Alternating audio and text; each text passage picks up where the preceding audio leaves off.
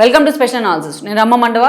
ఈరోజు అనాలిసిస్లో భాగంగా మనం తీసుకోబోతున్న టాపిక్ ఏంటంటే బీజేపీలో బీఆర్ఎస్ విలీనానికి చంద్రబాబు మాట సాయం చేస్తున్నారా అని చెప్పేసి నేను టైటిల్ పెట్టడం జరిగింది.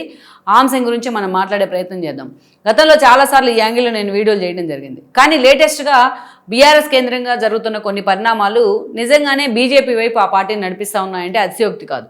ఎందుకంటే ఈరోజు నిజంగానే ఎన్నోసార్లు మనం చెప్పుకున్నట్టు ఆ పార్టీ ప్రస్థానం ఈరోజు డైల్మాలో పడింది. కేసీఆర్ ఫామ్ హౌస్ నుంచి బయటికి రారు. కేటీఆర్ లాంటి వాళ్ళని ఎంత ప్రొజెక్ట్ చేయాలని కేసీఆర్ ట్రై చేస్తున్నా ఆయన సోషల్ మీడియా దాటి బయటికి వెళ్ళాడు.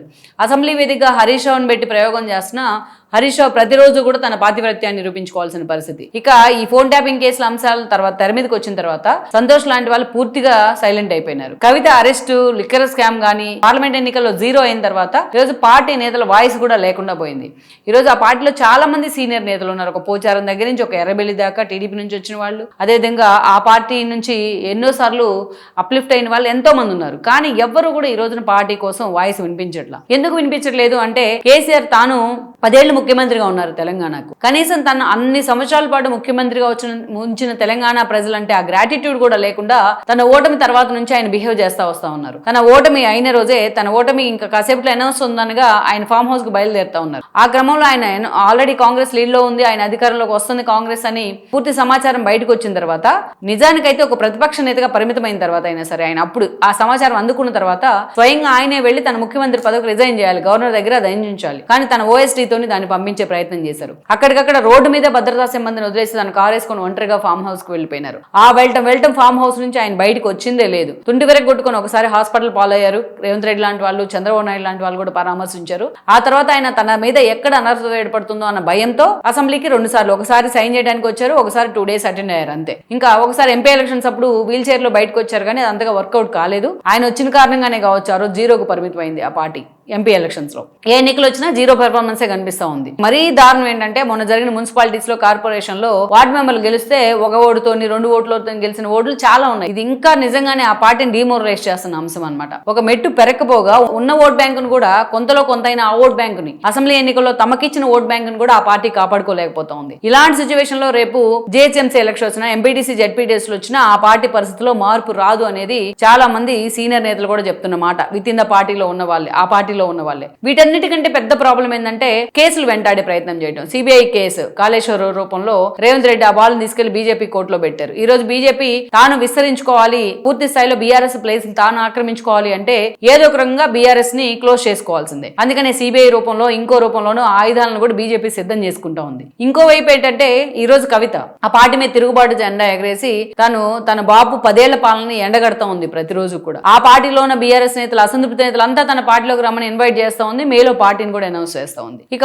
కేటీఆర్ మీద ఫార్ములా 1 రేస్. వీటన్నిటి తాత అయిన ఇంకొక కేసు ఏంటంటే ఫోన్ ట్యాపింగ్ కేసు. అసలు ఈ కేసు ఎటు తిరిగి ఎటెళ్తుందో కూడా ఎవరికి అర్థం కాని అంశంగా మారింది. ఇలాంటి పరిస్థితుల్లో ఆ పార్టీని భరించడం అనేది ఎవరికైనా కష్టమే. గతంలో మనం చూసాం, చిరంజీవి ఆ రోజు సామాజిక న్యాయం పేరుతో తెర మీదకి వచ్చారు 2009 ఎన్నికల కంటే ముందు. ఆ సామాజిక న్యాయం అనేది, సోషల్ జస్టిస్ అనేది చాలా డిఫరెంట్ కాన్సెప్ట్. అది అర్థం చేసుకోవడానికి చాలా టైం పడుతుంది. మార్పు కోసం, సమాజంలో మార్పు కోసం అని వస్తే ఆ రోజు పేరులోనే ప్రజలు నింపుకున్న ప్రజారాజ్యం చాలా సంచలనం రాష్ట్రంలో. అలాంటి ప్రజారాజ్యం పార్టీ అధికారమే టార్గెట్ గా వచ్చిన ఆ రోజు 18 సీట్లకు మాత్రమే పరిమితం అయ్యారు చిరంజీవి. ఇలాంటి ఎలిగేషన్స్ ఆయన మీద లేవు, ఇలాంటి వివాదాలు ఏం లేవు. వివాద రహితుడిగా చిరంజీవి పేరుంది, ఒక సుప్రీం హీరో అనే ఇమేజ్ ఉంది, మెగాస్టార్ అనే ఇమేజ్ ఉంది, మిస్టర్ క్లీన్ గా ఇమేజ్ ఉంది. ఎక్కడ ఆయన మీద చిన్న ఎలిగేషన్స్ ఉండేవి కాదు. అంతటి చిరంజీవి ఆ పార్టీని బట్టి తన పార్టీ ఓడిపోయి 18 సీట్లకు పరిమితమైన తర్వాత ఆ పార్టీని ఎక్కువ రోజులు భరించలేకపోయినారు ఆయన. అందుకే దాన్ని తన బరువు దించుకున్నట్టుగా ఫీల్ అయ్యారు కాంగ్రెస్ లో విలీనం తర్వాత.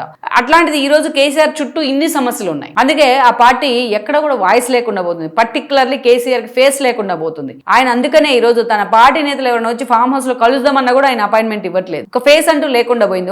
ఒకే ఒక ఓటమి ఈ రోజు కేసీఆర్ అదా పాతాళానికి తొక్కేసింది. ఇలాంటి పరిస్థితుల్లో బీజేపీతో నిజంగానే వాళ్ళు సయోధ్య కోరుకుంటా ఉన్నారు. ఆ పార్టీలో సీరియస్ గా జరుగుతోంది ఈ చర్చ. ఇప్పుడు బీజేపీ ఒక్కటే వాళ్ళని కాపాడే పార్టీ. ఎందుకంటే ఏమన్నా తాము అటు ఇటు కదిలినా ఈ రోజు బీజేపీ ఆ సిబిఐ కేసులు మూవ్ చేసే అవకాశం చాలా క్లియర్ గా కనిపిస్తోంది. అసలు కవిత రూపంలోనే ఒక పెద్ద థ్రెట్ ఎదురుగాబోతోంది వాళ్ళకి. రేపు ఏ నోటితో అయితే తాము తిట్టారో లిక్కర్ రాని అని చెప్పి ఈ రోజు అదే లిక్కర్ కేసు నుంచి ఆమె క్లీన్ చిట్ వచ్చింది.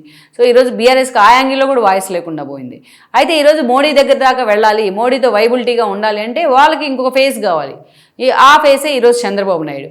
చంద్రబాబు నాయుడుకి మోడీకి ఉన్న లింక్ ఏంటి, ఈరోజు ఏ స్థాయిలో వాళ్ళిద్దరి మధ్య స్నేహం ఉంది, ఏ స్థాయిలో బాండింగ్ ఉంది, గతంలో చంద్రబాబు నాయుడు విషయంలో తాము చేసిన తప్పును తెలుసుకుని ఈరోజు మోడీ అమిత్ షా ఎంత రిగ్రెట్ అయ్యారు అనేది లేటెస్ట్ గా జరుగుతున్న పరిణామాలు చూసిన ఎవరైనా చెప్పగలుగుతారు. 16 సీట్లుండి కూడా చంద్రబాబు నాయుడు ఎంపీ సీట్స్ ఉండి అక్కడ బీజేపీని శాసిస్తున్నాడు అని స్వయంగా కేటీఆర్ మాట్లాడడం జరిగింది. అందుకే ఈ రోజున మోడీ దగ్గరికి వెళ్ళడానికి చంద్రబాబు నాయుడు అనే ఒక వ్యక్తి వాళ్ళకు ఒక ఫేస్, అటు కేసీఆర్ గానీ ఇటు కేటీఆర్ గానీ. అందుకే పదే పదే వాళ్ళు చంద్రబాబు నాయుడు అండ్ లోకేష్ నామస్మరణ చేస్తా ఉన్నారు కేటీఆర్ ఈ రోజున. అయితే గతంలో చంద్రబాబు నాయుడు బీజేపీలో విలీనం చేస్తానికైతే ఓకే అంటారు కానీ బీఆర్ఎస్ ని పొత్తులకైతే ఒప్పుకోరు. రేపు ఎప్పటికైనా పొత్తులు పెట్టుకుని గతంలో కాంగ్రెస్ తో చేస్తానంటే చేస్తారేమో. తెలంగాణ ఇస్తే కాంగ్రెస్ లో విలీనం అన్నారు, తర్వాత వచ్చి ఆయన ఇండివిజువల్ గా పోటీ చేశారు. సో కేసీఆర్ ని ఆ విషయంలో అంత ఈజీగా తీసుకోలేరు, స్ట్రాటజీస్ విషయంలో, రాజకీయ వ్యూహాల విషయంలో. అందుకనే విలీనానికైతేనే చంద్రబాబు మద్దతు తెలిపే అవకాశం ఉందనే చర్చ జరిగింది.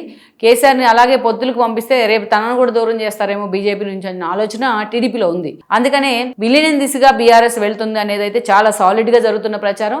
ఆ విషయంలో చంద్రబాబు నాయుడు ఇన్వాల్వ్ కాబోతా ఉన్నారు. మోడీ దగ్గర కేసీఆర్ ని పూర్తి స్థాయిలో మోడీతో పెట్టేందుకు కూడా ఆయన సిద్ధమవుతా ఉన్నారు.